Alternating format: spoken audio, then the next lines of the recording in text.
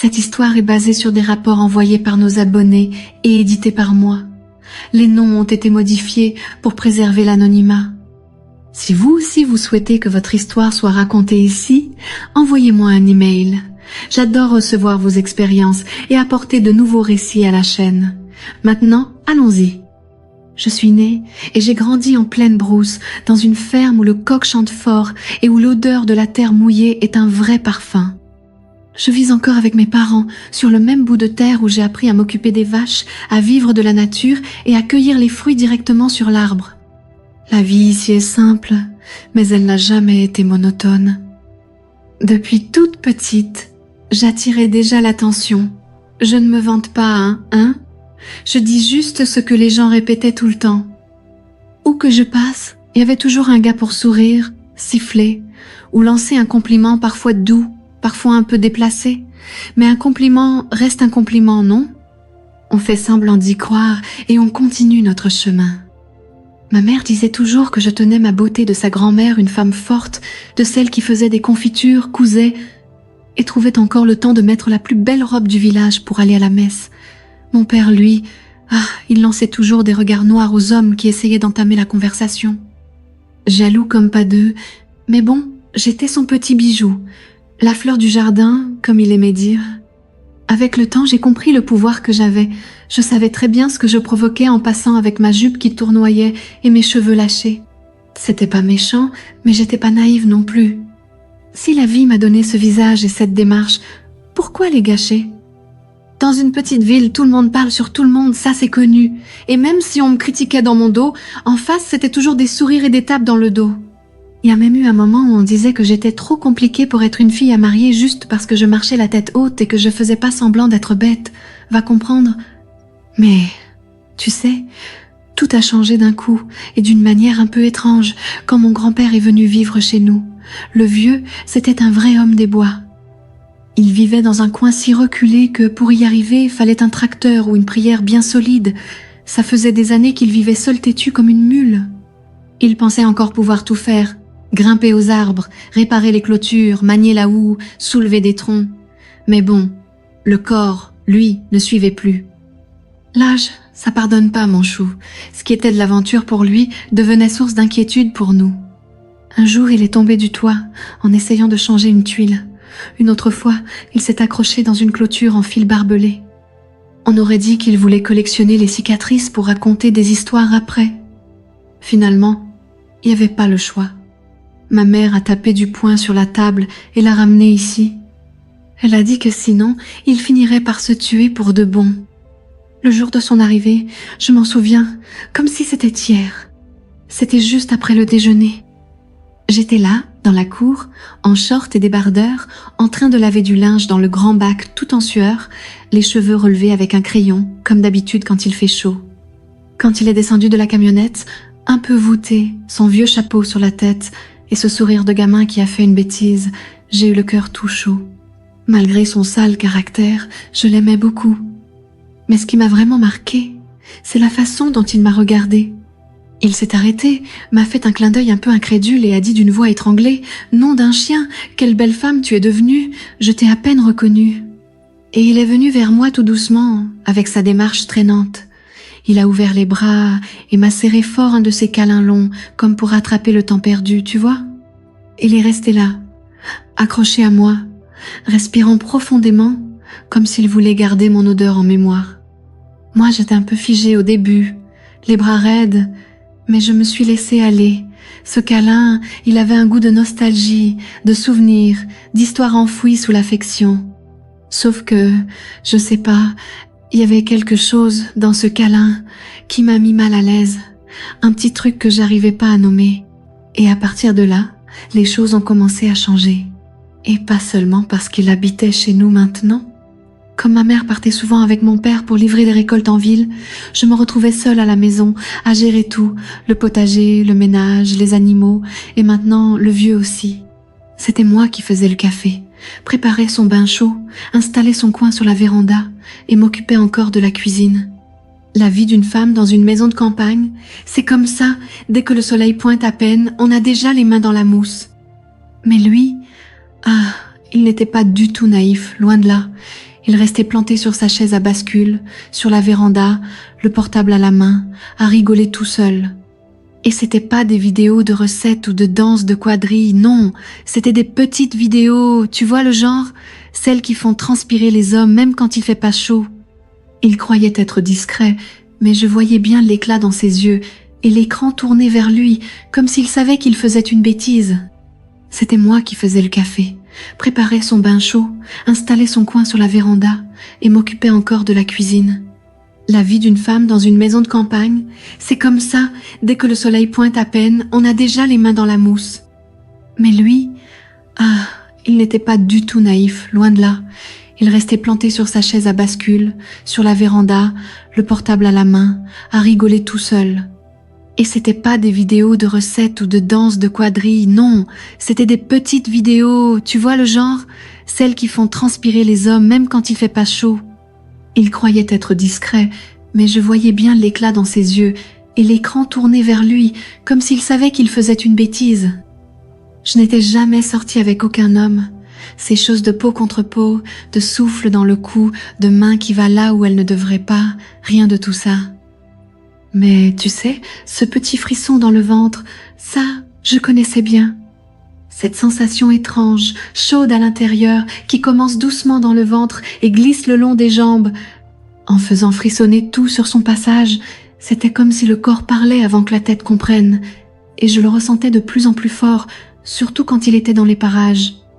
Je t'avoue que je n'aurais jamais imaginé que ça se passerait comme ça. Avec lui, avec cet homme qui, il n'y a pas si longtemps, n'était qu'un souvenir de Noël et une odeur de tabac. Et maintenant, il était là, tellement présent, presque collé à ma routine, et chaque jour, un peu plus proche. On passait des heures à discuter sur la véranda, sous le porche, à écouter le chant des oiseaux, à regarder le soleil descendre doucement derrière les montagnes.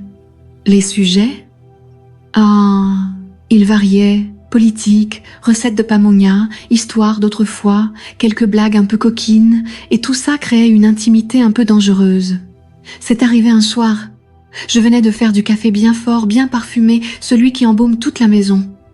Je suis sortie avec ma tasse et je suis tombée sur lui, allongé dans le hamac, se balançant doucement, la chemise ouverte sur le torse, le chapeau couvrant la moitié du visage. Il était là, abandonné comme s'il ne faisait rien.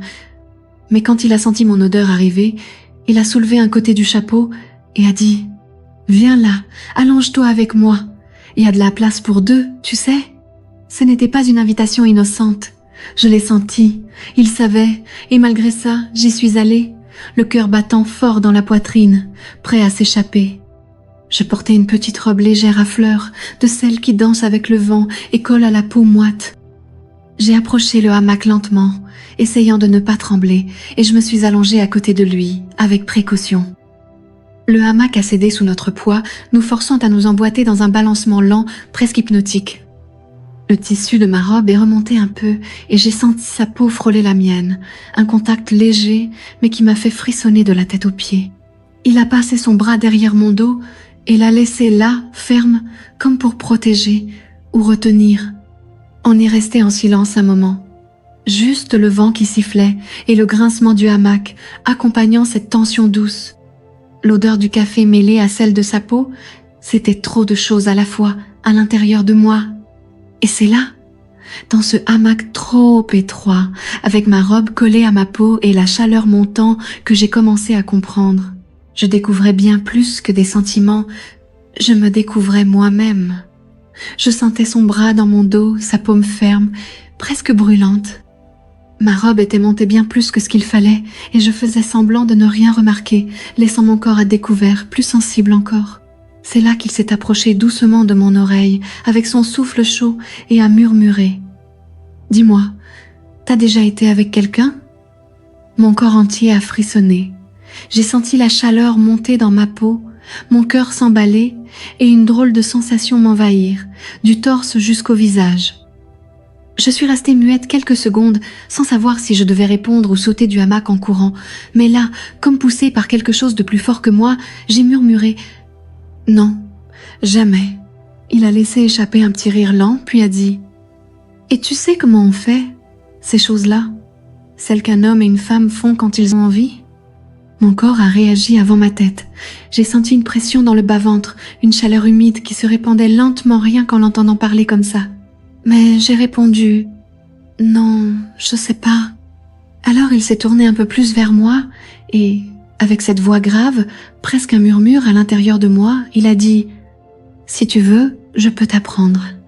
C'est là que j'ai ri, un petit rire nerveux, bref, de ce qu'on laisse échapper quand on ne comprend plus trop ce qu'on ressent. Mais je me suis levée d'un coup, ma robe collant à mes jambes, le corps tout allumé, parce que, même si j'avais ri, je savais qu'il ne plaisantait pas, et pire, moi non plus. Je suis partie dans ma chambre, les jambes un peu molles, essayant d'effacer tout ça de ma tête. Mais la nuit, impossible d'oublier. Allongée sur mon lit, dans le noir, avec seulement la lune qui entrait par la fenêtre, j'ai commencé à repenser à chaque mot, chaque souffle, chaque toucher, la façon dont il avait parlé, la chaleur dans sa voix, ce « je peux t'apprendre » qui résonnait encore comme une promesse interdite. Sa main, ferme, dans mon dos, la robe qui remontait, son corps collé au mien. Je me suis tournée dans tous les sens, incapable de trouver le sommeil. Ma peau brûlait encore là où il m'avait touchée. Et dans ma tête, les scènes défilaient encore et encore. J'imaginais ce que ça aurait été si je n'étais pas sortie du hamac, si j'étais restée, si je l'avais laissé me montrer. Tout mon corps était électrique, avide de découvrir, de ressentir. Je n'avais jamais rien fait avec personne, mais là, seule dans le noir, j'ai commencé à comprendre ce que c'était le désir. Et ce désir avait un nom. Une odeur, de grandes mains et un regard qui me déshabillait lentement. Même de loin, après ce jour dans le hamac, c'était comme s'il attendait juste un signe de moi. Il a commencé à me tester doucement, jour après jour, une étreinte un peu trop longue ici, une caresse apparemment innocente dans mes cheveux là, bas, et moi, je le laissais faire. Ce n'était pas de l'amour, c'était de la curiosité, un feu étrange, nouveau, qui me donnait envie de comprendre ce qu'il voulait tant me montrer. Et au fond, moi aussi je voulais voir jusqu'où cela pouvait aller. Sa manière de parler, douce, calme, ce regard qui me déshabillait sans enlever un seul bouton. Et moi, même sans vraiment savoir ce que je faisais, je sentais mon corps réagir. Et puis, ce fut un soir, j'étais seule dans l'écurie, en train de ramasser le foin que les chevaux avaient éparpillé partout. Je portais une petite robe légère, fluide, qui remontait facilement quand je me baissais. J'étais concentrée quand j'ai entendu des pas fermes entrer. En me retournant, c'était lui. Il est entré lentement, avec cette démarche pleine d'intention, et il a fermé la porte derrière lui, sans la claquer, juste la pousser jusqu'à ce qu'elle se referme. Il y avait quelque chose dans ce geste qui m'a fait frissonner la nuque, c'était volontaire.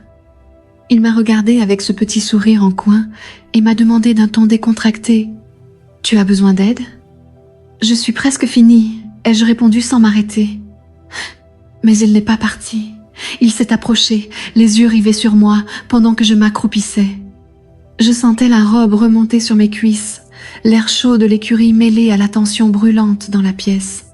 J'ai fait comme si de rien n'était, mais je le sentais, son regard brûlait ma peau et me déshabillait sans se presser. Quand j'ai levé les yeux, il était assis sur une botte de foin, me regardant bouger comme s'il assistait à un spectacle. Et c'est là que l'atmosphère a changé. Une chaleur étrange est montée en moi, et l'envie de tester les limites a été plus forte que la raison. J'ai laissé tomber ce que je faisais, je me suis levée, et je suis allée vers lui, lentement, le cœur battant fort. Je me suis doucement laissée tomber sur ses genoux, comme si j'avais juste besoin de repos. Je suis fatiguée, ai-je soufflé, presque en chuchotant. Il n'a rien dit, il a simplement passé ses bras autour de moi, m'attirant contre lui, sentant la chaleur de ma peau à travers le tissu.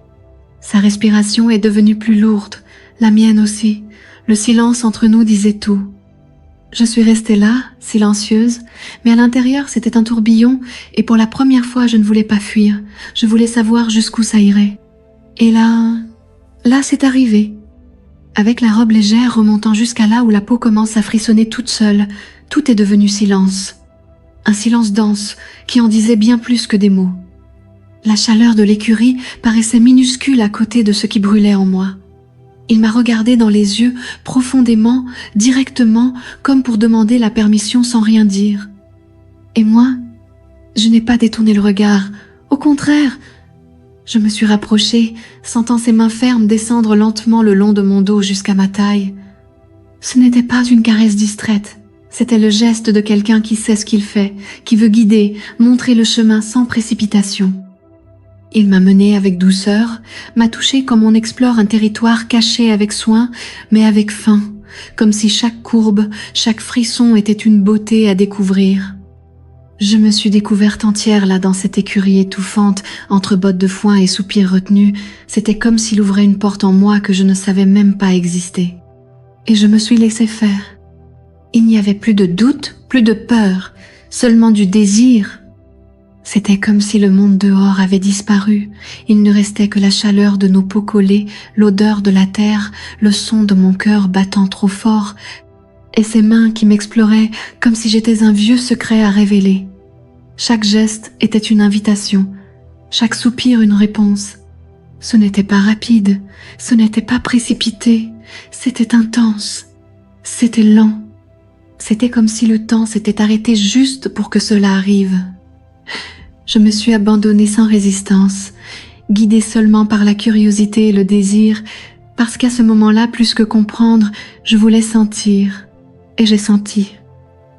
Je l'avoue, après ce jour dans l'écurie, plus rien n'a jamais été pareil. Ce qui avait commencé comme de la curiosité est devenu une routine secrète. Dès que la maison était vide, que le silence s'installait, on savait, c'était l'heure de notre secret. Un geste ici, un regard là, et tout recommençait, brûlant, intense, interdit. On ne parlait jamais de ce que c'était.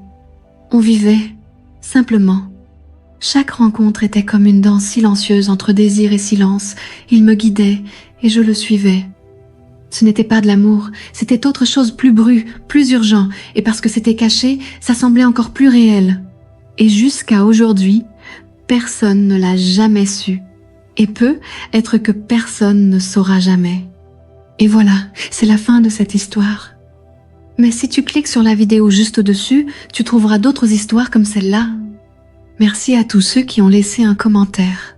N'oublie pas de mettre un like pour soutenir la chaîne et de t'abonner pour ne rien rater des prochaines vidéos.